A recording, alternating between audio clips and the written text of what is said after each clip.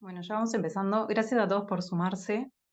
La idea del webinar de hoy es que puedan contarles los profesores del diploma en blockchain y activos digitales de primera mano cómo va a ser el diploma y cada uno les va a contar sobre sus clases y también algunos temas que están en tendencia sobre lo que son expertos cada uno.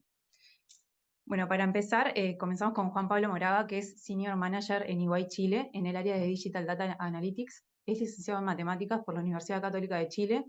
Tiene un máster en Business Intelligence por AI Business School. Y ahora en el diploma en Blockchain y Activos Digitales es profesor de los cursos Blockchain, Bitcoin, Activos Digitales Estables y DeFi. Cualquier pregunta que quieran dejarle a Juan Pablo, porque van a ir hablando cada uno de los profesores como en orden, cualquier pregunta la pueden dejar en el chat y cuando termine su charla las leemos. Bueno, muchas gracias, Juan Pablo. Hola, hola, ¿cómo están? Bueno, como les comentaba la Vale, yo hago 4 cursos dentro del diplomado. Parto con blockchain, después Bitcoin, DeFi, universo de las finanzas descentralizadas, y terminamos con moneda estable. A grandes rasgos, en unos minutos les cuento. La primera parte del objetivo es, bueno, primero entender qué es esta nueva tecnología, ¿ya? Blockchain básicamente en este entorno físico-digital en el que vivimos nos plantea nos soluciona el problema de poder traspasar algo, ¿ya? Yo para poder traspasarle algo a alguien, cuando yo se lo paso lo dejo de tener, ¿cierto? Parece bastante obvio en el entorno físico. Hacer eso digitalmente es bastante complejo y blockchain pasa como primero a cubrir eso, o sea, a completar un poquito este entorno digital. Ya nace la idea de activo. Y lo vemos como, después vemos un poquito más que blockchain, cómo blockchain actúa como tecnología habilitante para que se genere lo que se llama un activo digital, un criptoactivo. ¿Ya? En ese mundo, criptoactivos, ¿qué es un criptoactivo? Y ahí nos metemos en el mundo de Bitcoin, es básicamente un software, un protocolo y un activo. ¿Ya? El primer atendimiento lo hace Bitcoin, ¿cierto? El que comienza a funcionar el 3 de enero del 2009, ¿ya? Y bueno, rompe un montón de paradigmas en el sentido de que si tenemos una tecnología ahora que nos permite traspasarnos cosas entre pares en este entorno digital, ¿ya? Hay un montón de intermediarios que dejamos de necesitar.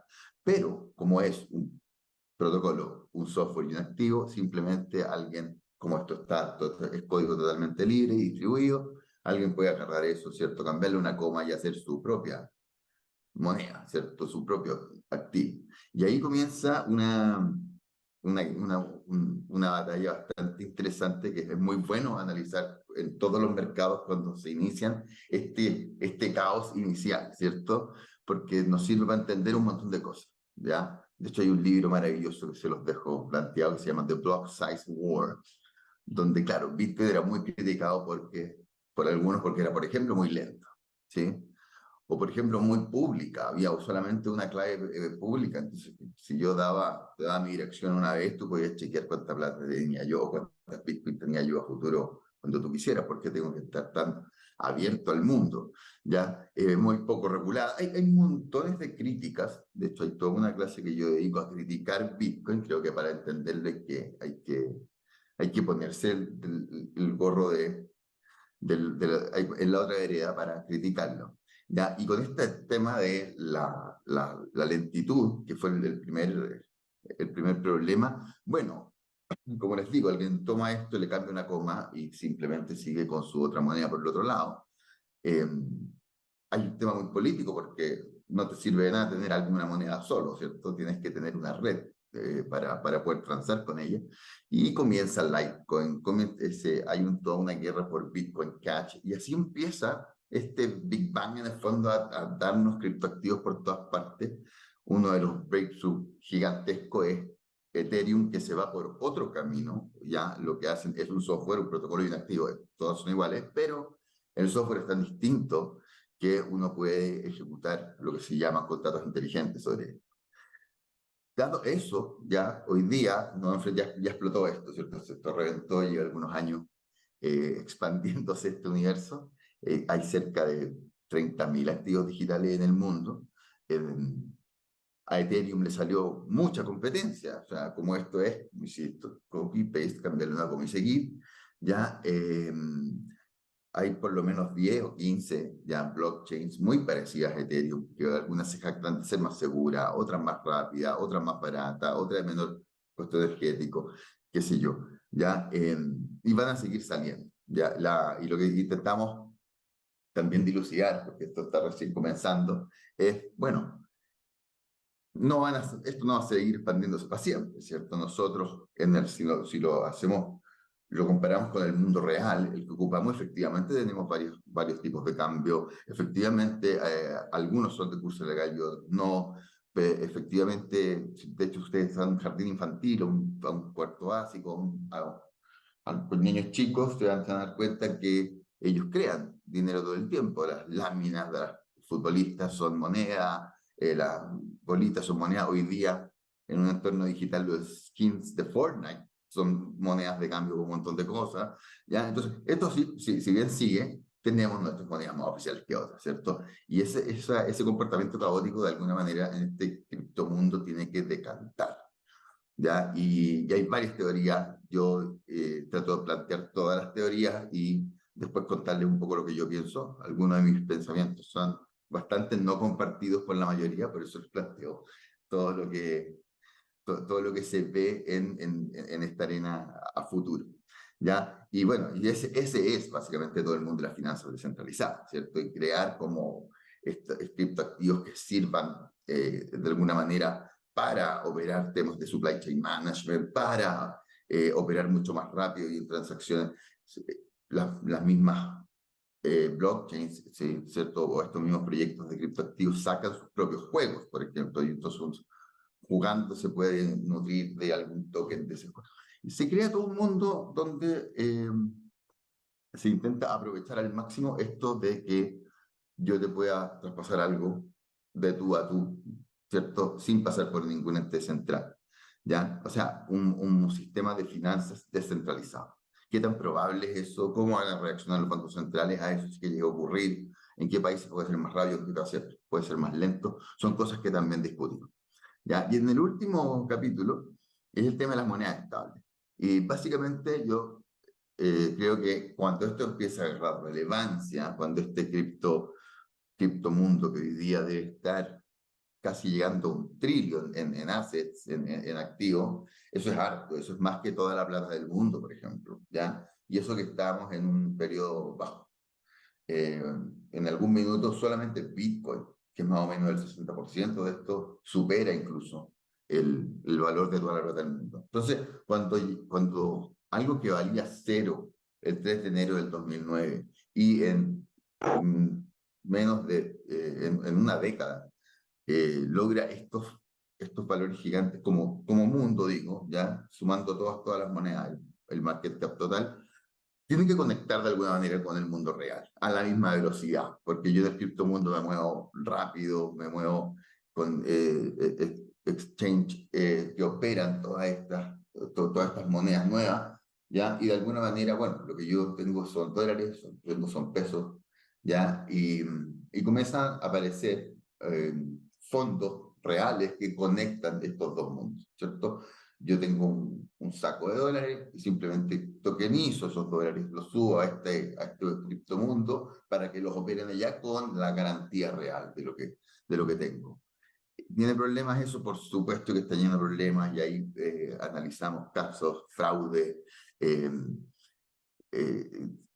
quién va a estar comprobando todos los días si las garantías son efectivas.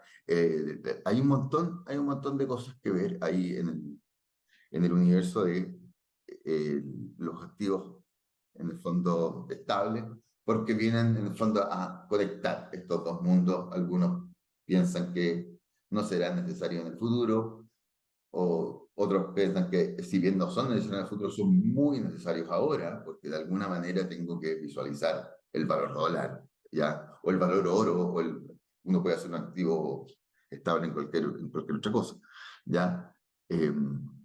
Eso, yo creo que partiría con eso, la tecnología habilitante, Bitcoin y todo este Big Bang de activos digitales y cerramos con el tema de las monedas estables para ver cómo conectan estos dos mundos, el mundo financiero tradicional con el mundo, este nuevo mundo de finanzas descentralizadas que se está formando. Eso, estuve bien en el tiempo, ¿no? Sí, sí, perfecto. Ya. No sé si tienen alguna pregunta para Juan Pablo, la pueden dejar en el chat. Igual si no, seguimos que ahora sigue Ignacio. Bueno, buenos días. Bueno, un gusto Bien. estar por aquí. Y bueno, a ver, nosotros vamos a dar lo que es el capítulo de Smart Contracts, todo lo que es contratos inteligentes, ¿no? Todo este nuevo concepto que vino a traer la tecnología blockchain. Entonces vamos a hablar un poco de lo que son los smart contracts. A ver, yo voy a hablar más lo que es la parte práctica, ¿no? La parte más de bajar este concepto a algo práctico, ¿no? Pero bueno, primero vamos a hablar un poco de dónde vino todo el tema de los smart contracts, ¿no? El término smart contract viene en realidad hace mucho tiempo y se viene a utilizar en lo que es blockchain. Básicamente, smart contracts son, para, digamos, simplificarlo, son programas informáticos que se ejecutan automáticamente en la blockchain. Es un concepto que viene de Nick Szabo, que es un matemático que puso un paper ya hace un montón de años, que hablaba de ejecutar programas informáticos en forma autónoma, sin interacción humana. Entonces, con el concepto de blockchain, vino a traerse ese concepto, porque bueno, si yo tengo un programa informático que está almacenado en blockchain, blockchain con la característica de que la información almacenada en esta tecnología no se puede borrar ni modificar, yo puedo ejecutar programas informáticos. Entonces, basado en blockchain, y esos programas informáticos son seguros, confiables, transparentes, uno puede verificarlos, auditarlos, no pueden ser modificados. Entonces, yo puedo ejecutar programas informáticos con estas características. Pero este concepto vino a darse, digamos, y se popularizó con el nacimiento de Ethereum. Ethereum, como comentaba Juan Pablo, Bitcoin es el primer proyecto más popular, digamos, el primer proyecto que nace y da inicio a todo este mundo blockchain. Y en el año 2014 se empieza a construir este nuevo proyecto, que es una nueva blockchain, que tiene otro concepto totalmente distinto a Bitcoin. Es una plataforma que está pensada para ejecutar programas informáticos, para poder ejecutar smart contracts. Entonces acá se empieza a popularizar el término smart contracts. Entonces vamos a hablar un poco de Ethereum, ¿no? Ethereum como el proyecto más importante para el concepto de ejecutar programas informáticos, para ejecutar smart contracts. Y vamos a hablar un poco qué es esto de Ethereum, cómo es este proyecto, cuál es el token de Ethereum, cómo funciona un poco la plataforma de blockchain, que es diferente a lo que es el concepto de Bitcoin. Vamos a hablar un poco de billeteras, ¿no? Billeteras blockchain, porque yo para empezar a interactuar con un smart contract voy a necesitar una billetera. Entonces vamos a hablar de billeteras. Particularmente vamos a hablar de la billetera más importante en el mundo de Ethereum, que es MetaMask. Entonces vamos a hablar un poco sobre MetaMask. Y luego vamos a hablar un poco cuáles son los beneficios y contras de lo que son los smart contracts, ¿no? Y vamos a dar algunos ejemplos prácticos, vamos a hablar un poco de las limitaciones que tenemos con este concepto, ¿no? Y luego un tema muy importante que hoy en día digamos, está también muy evolucionando y avanzando, que son los protocolos blockchain. Cuando nosotros vamos a desarrollar un proyecto blockchain y vamos a usar, digamos, smart contracts para poder ejecutar programas informáticos en la blockchain, uno de los conceptos más importantes es decir, ¿qué protocolo blockchain voy a utilizar? Nosotros tenemos Ethereum, nace en el año, o sea, en el año 2014 empieza a construirse y se pone en producción en el año 2015. No hace mucho que ya está operativo. Pero a partir de Ethereum se empezaron a construir otros proyectos también que se pueden ejecutar smart contracts. Hay un montón de nuevas plataformas que se han creado. Entonces vamos a hablar un poco de los distintos plataformas, distintos protocolos blockchain, cuáles son los pros y contras de construir un smart contract en un protocolo o en otro. Por ejemplo, el tema de los costos. Cuando uno va a tomar la decisión de dónde ejecutar mi programa informático, mi smart contract, una de las características es qué costo tiene, qué tan confiable es el proyecto, y, por ejemplo, hay un montón de conceptos de comunidad, de seguridad, de transparencia, de quién está por detrás. Entonces, bueno, hoy en día, todo este mundo de los proyectos blockchain que pueden ejecutar smart contracts, viene evolucionando y ya hace un par de años que viene muy fuerte el concepto de las blockchain de capa 2 de Ethereum. Ethereum tiene un problema que luego lo vamos a ver en el curso, que todavía es lento en lo que es ejecución de transacciones y es caro, digamos, a la hora de ejecutar un smart contract porque uno tiene que pagar una comisión por el uso. Entonces se empieza a construir plataformas blockchain de capa 2. Eso lo vamos a ver, que básicamente utiliza la seguridad de Ethereum. Ethereum es la plataforma más segura, más confiable. Entonces, vamos a construir una nueva blockchain, por eso se llama una blockchain de capa 2, pero utilizando la seguridad de Ethereum.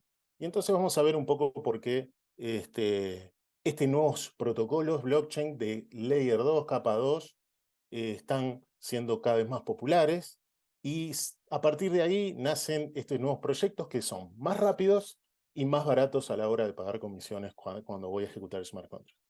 Entonces se está popularizando mucho estos nuevos proyectos. Y esto nace, digamos, a partir de estos nuevos proyectos, nacen un montón de nuevas soluciones. Un montón de nuevas soluciones porque permite poder desarrollar un montón de nuevos conceptos que antes eran más difíciles justamente por las limitaciones que tenía el mundo de Ethereum y proyectos similares. Vamos a hablar un poco de los casos más comunes donde se utilizan smart contracts, que son la tokenización, un poco de lo que es el mundo de tokenización, eh, digamos, que es un mundo muy interesante, DeFi, todo lo que es finanzas descentralizadas. También puedo ejecutar los smart contracts para poder hacer proyectos de finanzas descentralizadas, como por ejemplo hacer préstamos descentralizados mediante smart contracts. Vamos a ver el tema DAOs, las organizaciones autónomas descentralizadas, poder tener una empresa totalmente descentralizada basada en smart contracts. Y bueno, y a la hora de, bueno, voy a construir un nuevo proyecto, ¿cuáles son las consideraciones que voy a necesitar? Y luego vamos a tener un caso práctico donde vamos a construir un smart contract. Entonces vamos a utilizar un ejemplo, vamos a construir en conjunto un smart contract. Voy a explicarles cómo funciona, cómo uno puede desarrollar un smart contract, cómo queda grabado en la blockchain, cómo uno puede verificar el smart contract en la blockchain. De alguna manera vamos a programar en Solidity, que es el lenguaje de programación estándar para los proyectos basados en Ethereum o de la máquina virtual de Ethereum.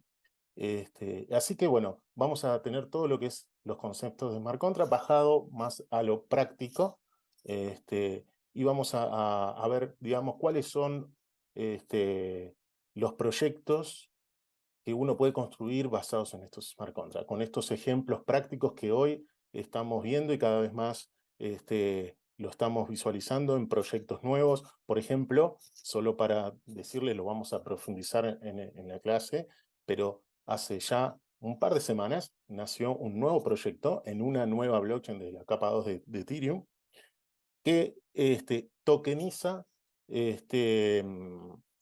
tokenización, se llama, el proyecto se llama Friend.tech, que tokeniza los creadores de contenido de Twitter.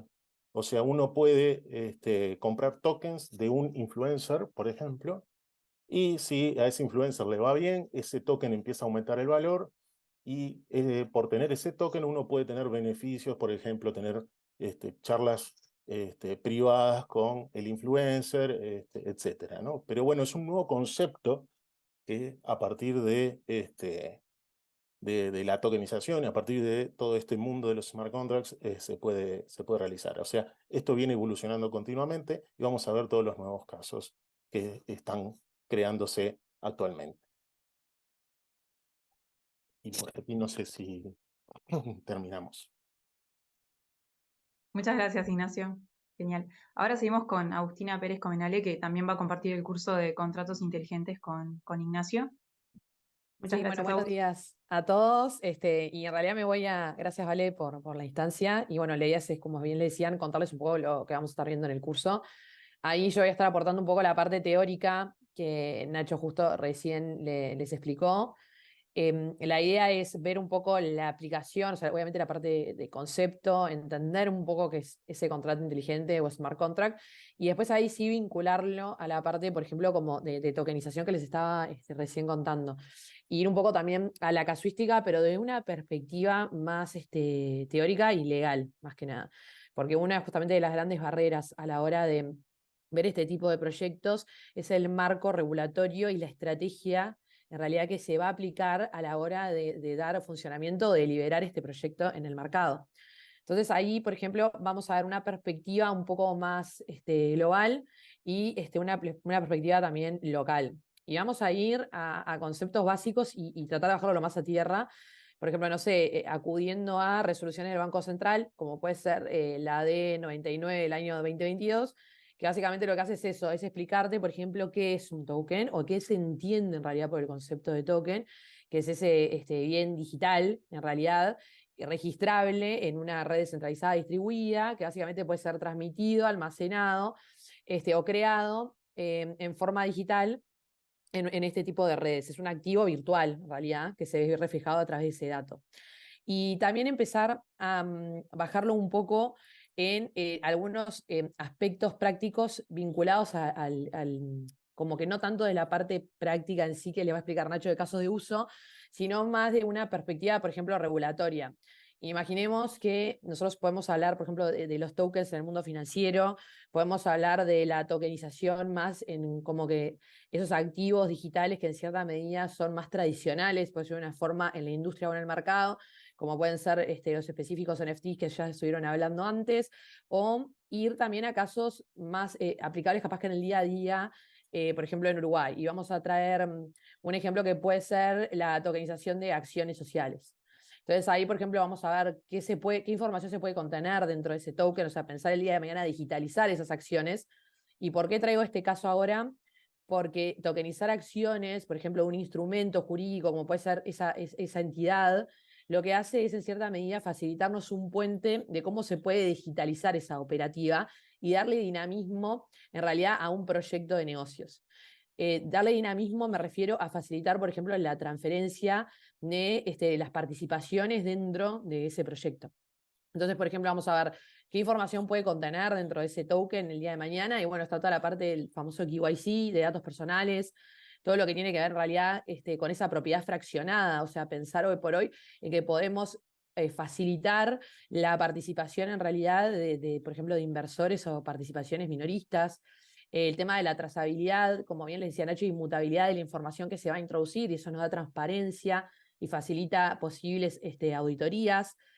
Bueno, todo lo que está vinculado, por ejemplo, más que nada con la gestión administrativa, como el día a día, en realidad en el ámbito societario, que es, por ejemplo, ese derecho a voto, o la ejecución forzosa del convenio, por ejemplo, de sindicación de acciones, y un montón de cosas que se pueden ejercer a través de esas acciones automatizadas que nosotros vamos como a preprogramar, o sea, ver esa etapa como precontractual, por decir una forma, a la creación del proyecto, que son importantes sostenerlas y tenerlas en cuenta y entender los efectos legales que puede llegar a tener, o sea, dentro de qué órbita vamos a estar operando. Va a ser, por ejemplo, dentro de ley de mercado de valores, va a ser dentro de otro tipo de órbita, más en un ámbito privado porque no hay oferta pública, y otras cosas que vamos a tener que tener en cuenta.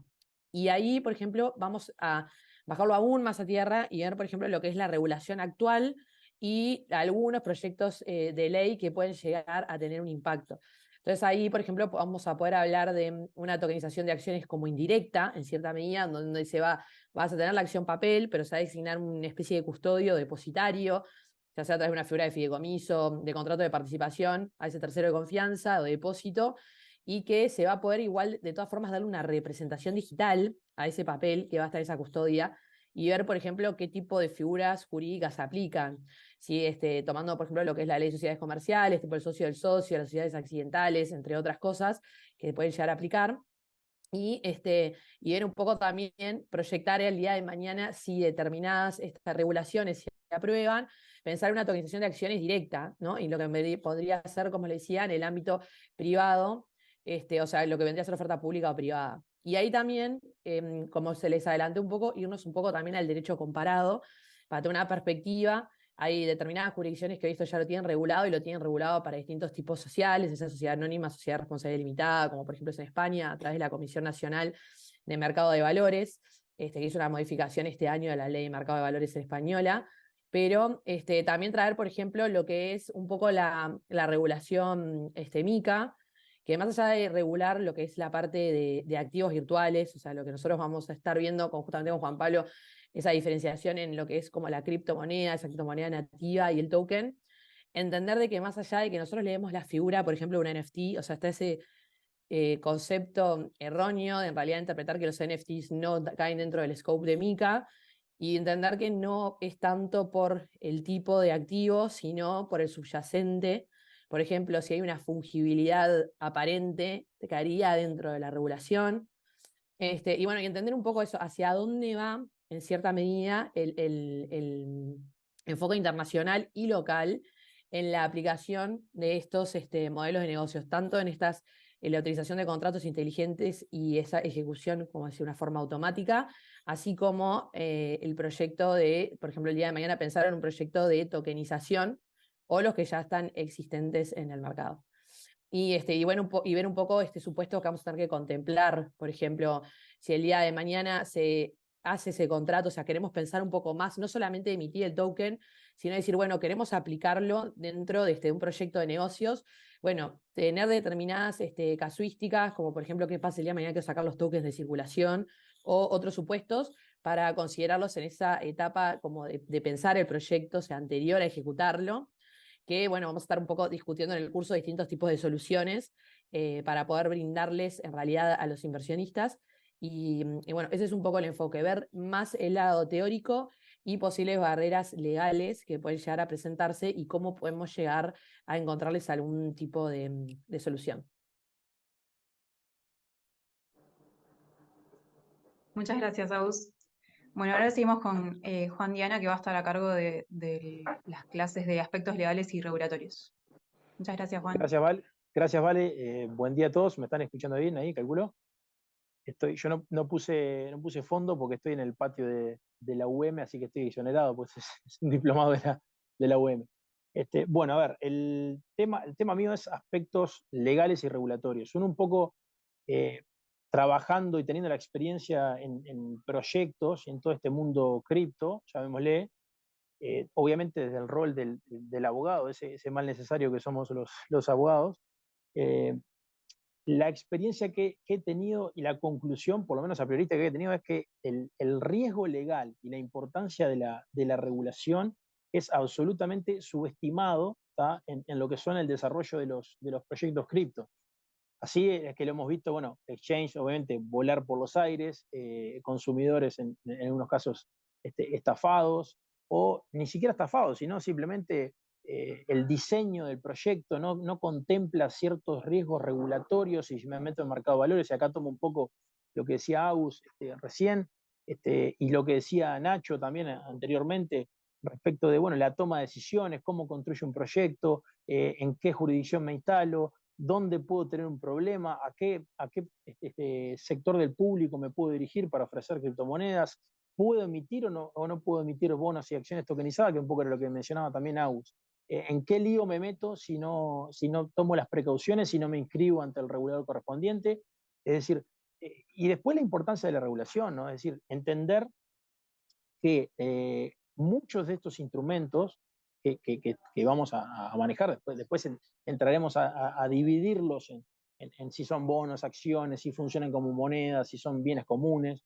Digo, pero entender que muchos de esos instrumentos son instrumentos financieros. Mi especialidad, básicamente, además de prevención de lavado, que no es una parte que me toca a mí, es regulación financiera. La regulación financiera tiene un fundamento que se centra básicamente en lograr la estabilidad del sistema, que no hayan especies de, en nuestro caso serían criptos corridas o fraudes que desestabilizan la macroeconomía, y principalmente, además de prevenir el lavado, protegiendo al consumidor, que está en una posición totalmente asimétrica respecto del dueño del proyecto o el exchange que lo comercializa o el asesor financiero que recomienda invertir en tal o cual activo virtual.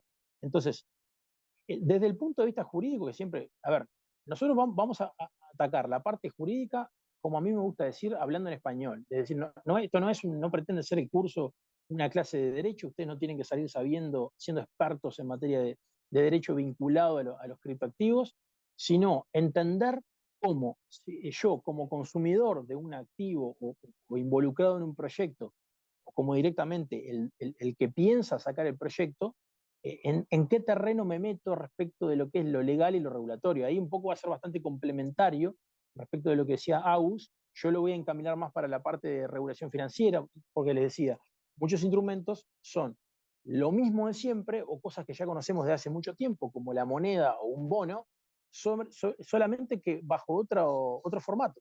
Entonces, el principio de la regulación financiera básicamente es la realidad económica. Acá yo miraba la lista, y hay gente de economía, contadores, abogados, escribanos, gente de fiscalía. En fin, creo que vamos a tener una muy buena retroalimentación, y a mí me gusta mucho que en lo caso personal, que participen, que comenten, que discutan, que no estén de acuerdo, que estén de acuerdo, me sirve todo en ese sentido, pero siempre mirando cómo, que creo que es parte del desafío y el valor agregado de esta parte del curso, además de todo el curso, es mirar cómo hay cosas que son lo mismo de siempre con una nueva versión y por tanto le corresponde la misma regulación o el mismo marco legal porque tiene el mismo fundamento, porque económicamente funciona de la misma manera. Entonces, como le decía, no va a ser una clase de derecho financiero o derecho de regulación financiera respecto a eso, si bien vamos a estar remitiendo a normativas, al proyecto del Banco Central, porque básicamente tenemos que saber dónde estamos parados. Y en el día de dónde estamos parados hoy es bastante complejo. Ya les hago una especie de spoiler. Es decir, estamos en una situación jurídicamente complicada. ¿Por qué? Porque no tenemos 100% de seguridad jurídica. Si bien los organismos internacionales han elaborado algunos estándares, se ha ido ordenando un poco la cancha desde Europa. Recién mencionaba AUS, la regulación de Europa, el marketing crypto assets, es una especie de regulación a toda la Unión Europea. Es decir, todo eso ayuda. Ahora, cuando yo lo paso a nivel local, estamos bastante más en un vacío legal y les diría yo que en cierta contradicción con algunos organismos públicos. Vamos a ver qué pasa con la DGI, qué dice o qué ha dicho en las consultas tributarias. Vamos a ver cómo se están inscribiendo las operaciones de adquisición por ejemplo, por poner un ejemplo, de inmuebles con criptoactivos. ¿Y qué dice el Banco Central, que sacó un informe muy interesante en diciembre de 2021, donde revela un poco que hay algunas inconsistencias en cómo se ha venido tratando algunos activos virtuales, siempre de esa óptica, como les decía, para entender dónde estamos parados, saber que no estamos en el mundo ideal, pero por lo menos el objetivo por lo menos de esta parte del curso es que estén advertidos de los riesgos, cómo deben interpretar, cómo se pone un regulador financiero o un abogado los lentes para mirar este fenómeno y decir, bueno, esto sí lo puedo hacer, esto no porque requiere una autorización previa, esto genera cierta duda. Vamos a ver casos prácticos, vamos a mencionar la cruzada, esa especie de patriada que está haciendo la SEC, que se está intentando poner de poncho a varios actores de la industria cripto, qué está pasando con los fallos judiciales, de todo eso vamos a hablar, repito, siempre desde el punto de vista del lenguaje llano, entendible, y sin pretender que ustedes hagan, más allá de que hay profesionales del derecho, como escribanos y abogados, pero sin pretender que ustedes sean expertos desde el punto de vista técnico, que no es la idea. Pero por ahí vamos a andar, se van a divertir con todos los líos que hay, y lo importante es que van a salir sabiendo y con buenas herramientas sobre este tema. Muchas gracias, Juan. Bueno, gracias a todos por sumarse y también a todos los profesores que estuvieron hoy. La idea es que puedan tener como este primer pantallazo a lo que va a ser el diploma que empieza el próximo martes, 5 de septiembre. Y nada, si alguno está interesado, les voy a mandar información a todos ahora por correo cuando termine la charla. Y nada, si quieren dejar alguna pregunta ahora en el chat, los leemos y nada, si no, ya vamos cerrando.